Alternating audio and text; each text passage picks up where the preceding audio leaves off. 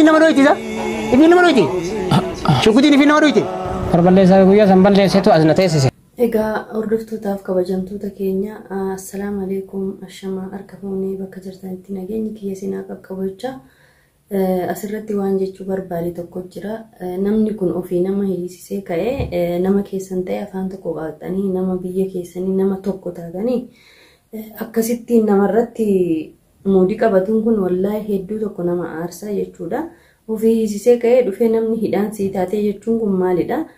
Anamma asirratti maal jechuu barbaade Mustafaa kanaan tasgabbaa'ii jechuu ni barbaada. Tasgabbii malee ammallee isaan oofanii mucaan kun akka umurii isaa guutuu mana hidhaatti hafu gochaanii jiranii akkana nasi achi ilaalee hubadhee jirutti aga dandeessan du'aa muquudhaa fi Mustafaa kana kama beektanii nama hanga'u nama tuquu nama faana intiniin ta'u akkuma nama tokko jaartii fuudhe jaartii yoo fuudhe namni diinan nama baay'ata usbillah misheetan namni keenya kun akkam nama jibbisiisu magaalaa kana keessa irra kashee inni nama keenya jedhee nama kiyya jedhee iyyuu kuno dha'ullee dhiisee miti garuu kun maal jedhaan namtichi gowwaan itti allaagatu kun mee irra deebi'aa dhaggeeffadhaa isiniin kunillee dhageessaniitu ta'an wallahi nagarrellee viidiyoo isaa amma argee umana jibbisiise waan namti magaalaa kana keessa deemu jechuudha. Mee viidiyoo dhaggeeffannee walitti haa deebinu warreen hin dhageenye irra deebi'aa dhaggeeffadhaa mee qarra deddeebi'ee dhaggeeffadhe dhugaa miira keessa galchee mucaan waan biraa keessa galee akkallee ammallee waan biraa godhuuf deema.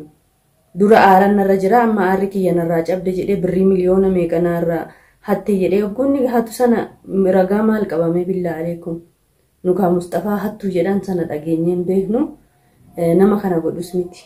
Hundaafiyyuu viidiyoo kana dhaggeeffannee walitti deebina.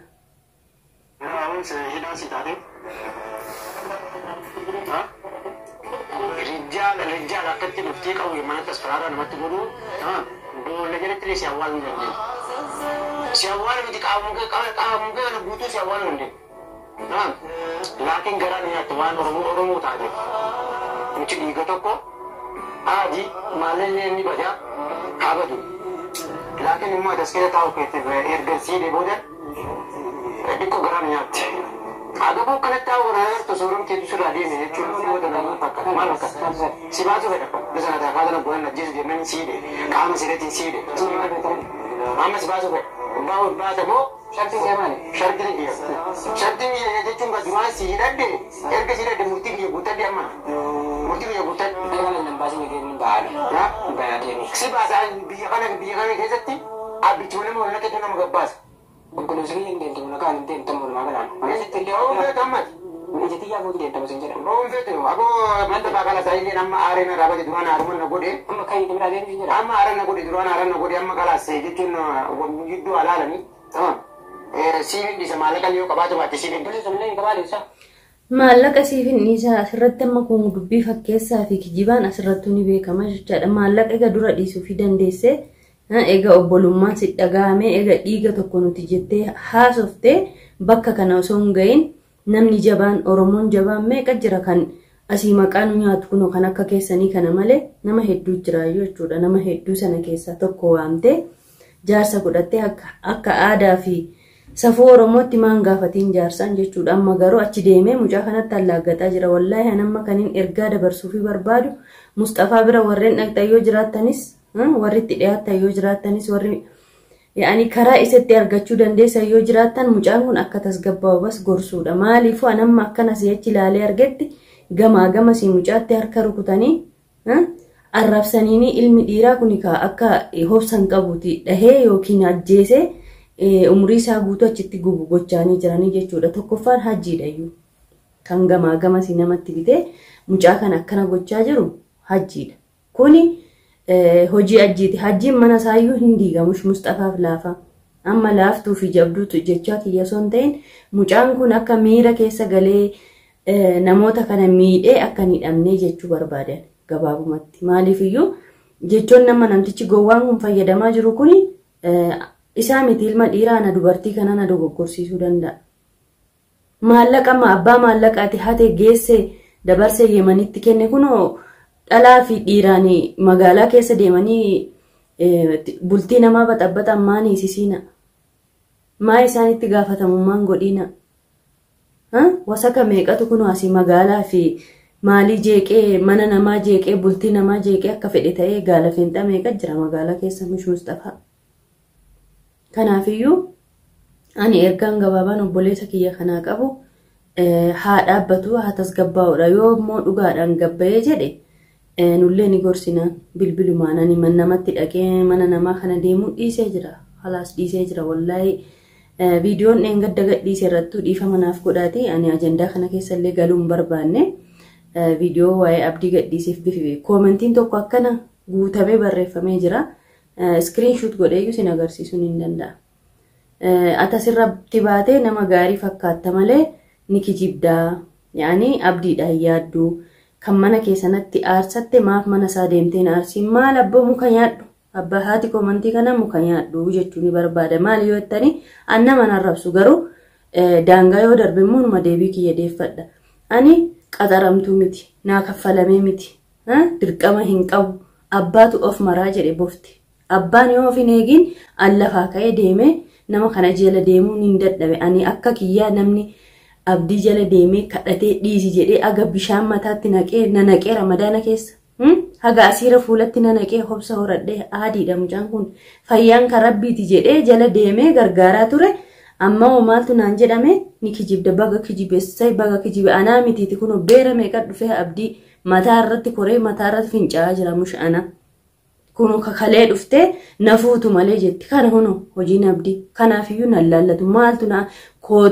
kootu si kennaa dawaa kootu jedheeni karadhee dadhabe anaa miti ijoolleen meeqaatamatti barreessanii gadhaabbadhu manuma sanaa gabbay meeshaa kee fudhuu naan fuudhii bay mana keeti jennee karannee dadhabne maaltu na naqeran waan abdii kanaafuu ani ijoollee kabajana qabdan dhiifama naaf godha isinii miti haadha koomentii kanaatiif ni kijibda baga kijibee baga ni dharas hojjedhu gaaris hojjedhu ofii kiyyaa malee isinii jedhee miti kan itti gaafatamu immoo yoon badaas godhe gaaris godhe rabbiin ana haa gaafatu malee waa'ee kiyya nama takka ilaallatu jechuudha asirratti nama hin ga'u waan fedhe qaaquu waan fedhe hojjedhu reaakshina fedhe immoo godhuun mirga kiyya kun bahee akka fedhe yoo ta'e arrabbii kiyya yoon ofirratti hin sodaatiin yoon kabajaa kiyyaa jedhee gadiin jedhin nama kamiifu gadiin jedhan kana isiniin jechuu barbaada waan abdiidhaaf naqaxarte hin jirtu haati koomentii kana yoo gadditeef yoo yaaddeef kootuuti haati mana isaatti aarsii tolchii sirreessiif innaa waa'ee abdii immoo akkana haasaa yoo oole isaa 24 nama takka laallatu sooshaal miidiyaa nama bahee kanarraa waan fedhe dalagatuun anaa kanarraa namni waan fedhe dalagatuun na arrabsuu bahee mirga guutuu qaba yoo nani arrabsoo jibbe yoo nani qaaqa namaa jibbe yoo nani cooraa namaa jibbe asirra oliin bahu khalaas kanaadha kan dubbiin gabaabaan dhiifama naaf godhaan ajandaa kanaaf hin dhumne akkuma isiniin jedhe kabajamtootaaf hordoftoota keenya waa'ee Mustafaa kun hedduu tokko nama yaaddessa nama ambaa miti namni wal miidhee bahee wal arrabsee wal nyaatee kunoo aga mana hidhaan geessee Yemaniitti wal dabarsee arabatti wal kennu nama keenya mitiire nama keenya nama kanarraa yoo soo dhalachuu baadhee nama jechisiisa gisee tokko osoo afaan isaanii hin beekne osoo gurri kiyyan dhageenye in aaruu na jechisiisa dhiifama naaf godhaa sirratti garuu ka Oromoon kun maquma tokko waamamtee isaan kunu maqaa nu nyaatani maqaa beeraa nyaatte beerri biyya kana nu warra xaarratee rakkatee ijoollee keenya jennee gajjennee arrabsamne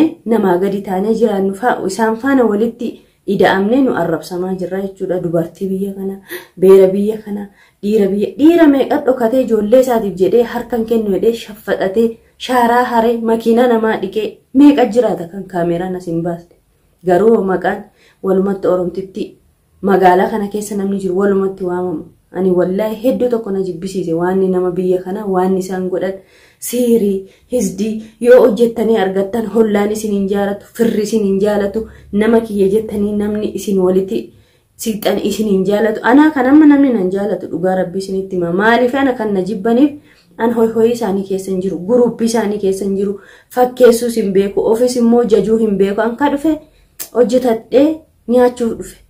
Mush nama hassaduudhaaf namni hireen kiyya kiyyuma kan keessan kun naa hin ta'u. Ka magaalaa kana iyyuu ka addaati wallaahi ani waan qaaqus tokko hin jiru mucaa kanaaf rabbi haa dhaabbatu ammallee immoo mucaa kana dogoggora keessa galchuudhaaf deemee afoo dhaabbatee mana hidhaa keessatti mucaa arrabsaa jira beeloftee laata suurri keeyyuu jijjiirame ilmi dhiiraa mushi guyyaa takkittii fi sa'a tokkotti keessatti akkas ta'a guyyaa 5 buluu danda'a dhiirummaa isaa qabatee garaa sana kana hidhatee mushilma dhiira dhalaanuun ni bulti guyyaa 5 maali nyaanni qoonqoon akka abbaan godhe ta'a garuu immoo mucaa kana karaatti dubbisan mucaa kana karaa inni dogoggora godhu bakka kan isumatti dhiibaanii jiran bara ani kanaafuu kan jechuu barbaadu namoonni isa kabajan hedduutu jira mucaa kana gorsaani akka yoonni achiyyuu gabbayanillee raqama isaa soqee hin bilbiluuf hin danda'a garummoo dhibba waadaa hin galu gorsuuniin hin danda'a kan nadaranti siixan Mustafaa kana ni jirtanii gorsaanii waan fedhan yoo jedhaniinu inni jireenyi guyyaan har'a waan tarraqaa qame kun ni darba jireenyi immoo itti fufa aga namni lubbuun jirutti jireenyi ofii ittuma fufti akka mucaan kun jireenya hin jiraanne mana isaa nagaa sana keessaa baasanii waa gochuuf deeman malee waan biraa miti immoo akkuma jedhe sana soo miila isaanii tokko yookiin harka irraa darbe adaba gootee teessi namni kun nama tuffata namni mucaan kun nama kiyyaa oromummaa kana walitti qabna hin miidhu jedhee inni dhiifnaan deebi'anii mucaa waa takkan goone maallaqa miliyoona meeqanu jalaa eega miliyoona qabaate maa magaalaa kana keessa namni daaraa haraayyure maan deemin miliyoona amma immoo deebi'ee maallaqni isaa baddu maashaallah namni keenya maallaqa duudee tokko walirratti herreegee kunoo kijibaa walii basaasu malee maallaqa walii dhiisu jira ay of jibbeen wallahi ani waan baay'ees qaaquu hin dhufne dhiifama naaf godha wallahi miira keessa galee waan biraa waan mantaane qaaquu danda'a kabajamtoota hordoftoota keenya ani har'aaf kanumaan isiniif qabadhee dhufe viidiyoo biroon aga walitti deebinutti turtii gaarii isiniin jedha anammoo warreen barreessitanii akkana godhi asiin bahe achiin bahe naan jettan dhiifama naaf godha jireenya kiyya uffadha maaltu na dhibe waan nama kana yoo timtanii waan isin jettan namni isin irraan fudhatin yoo namni isin tuffate jaluma goruutirra wayyaadha ani malee an nama kamiifuu hamtuus miti an nama gaarii isin jedhu gaarummaa kiyyas badii kiyyas namni haa qaaquu isiniin jechuu barbaada dubbii isinitti dheeressee galatooma jiraadha bakka jirtanitti nageenyi kiyya isin haa qaqqabu turtii gaarii